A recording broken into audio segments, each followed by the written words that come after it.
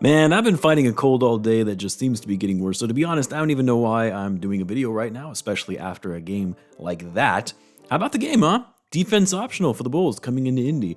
I mean, I thought the worst defensive effort I had seen in a long time was that game against the Washington Wizards. But no, this one might have topped that. Granted, the Bulls made the game somewhat respectable in the fourth quarter where they whittled the lead down to 12 points, so the final score didn't look as embarrassing, but let's be real, this game was a beatdown, no ifs, ands, or buts about it.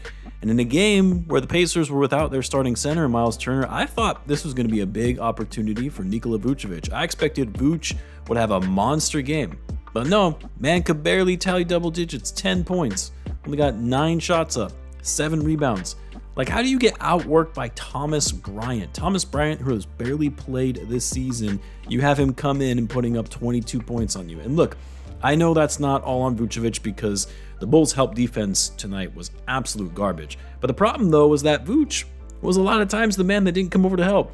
I was straight dumbfounded by the amount of wide open drives the Pacers got to the bucket after they beat their man off the dribble. And so many of those times I would see Vucevic just kind of staring and watching the man blow by him. Can you at least try and contest the shot? That one drive by Obi Toppin from the corner where he was wide open on the whole drive from the perimeter and threw down a reverse two-handed jam. I was just like, come on now, is this a joke? Are these guys messing with us? Are they trying to just see how bad of an example of defense can be in professional sports? It wasn't just Vooch either. I mean, Patrick Williams, one of the guys who is supposed to be one of the Bulls' better defenders, he was letting guys blow right by him when playing on the ball defense, and then off ball defense, losing his man in the pick and roll. Likewise, to Vucevic wasn't coming over to help. Jalen Smith, Josh Giddey, defense was optional for all these guys.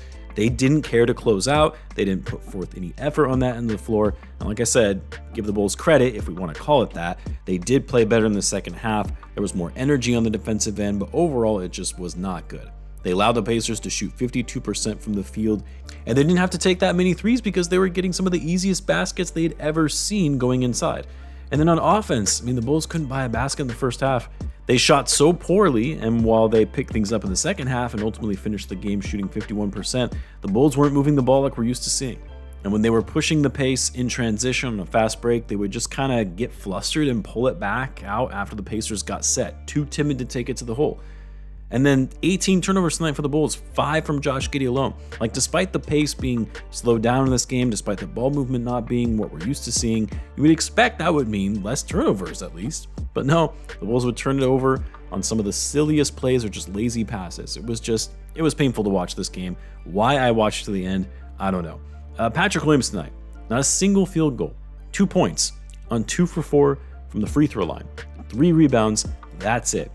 You know, it was almost like we forgot about that whole no excuses tour with this guy. We hadn't mentioned it in a while, probably because Pat has kind of been MIA like he has been for a good portion of his career. What's been killing me about Patrick Williams is that before we could always rely on his defense. And you could say, well, maybe he's never going to be the offensive player that we thought he'd be, but a solid defender who can shoot the three.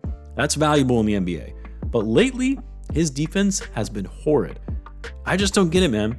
I know he's a pretty stoic guy, doesn't show a lot of emotion, but sometimes the lack of emotion almost comes off like he doesn't care. And that bothers me.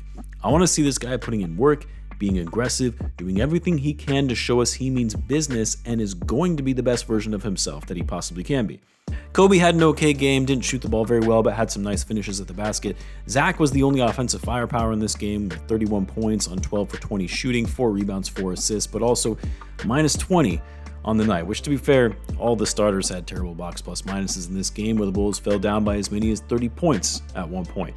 Also, shout out to Zach LaVine for passing Chet Walker on the Bulls all-time scoring list, 6th all-time currently.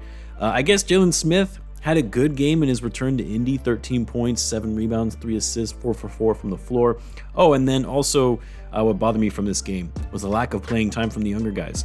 I know that the Bulls made it somewhat of a game, and sure, there was a world where they could have come back with that run that they went on in the fourth quarter, but let's be real, this game was over in the middle of the third quarter. It made no sense to continue playing your starters beyond that point.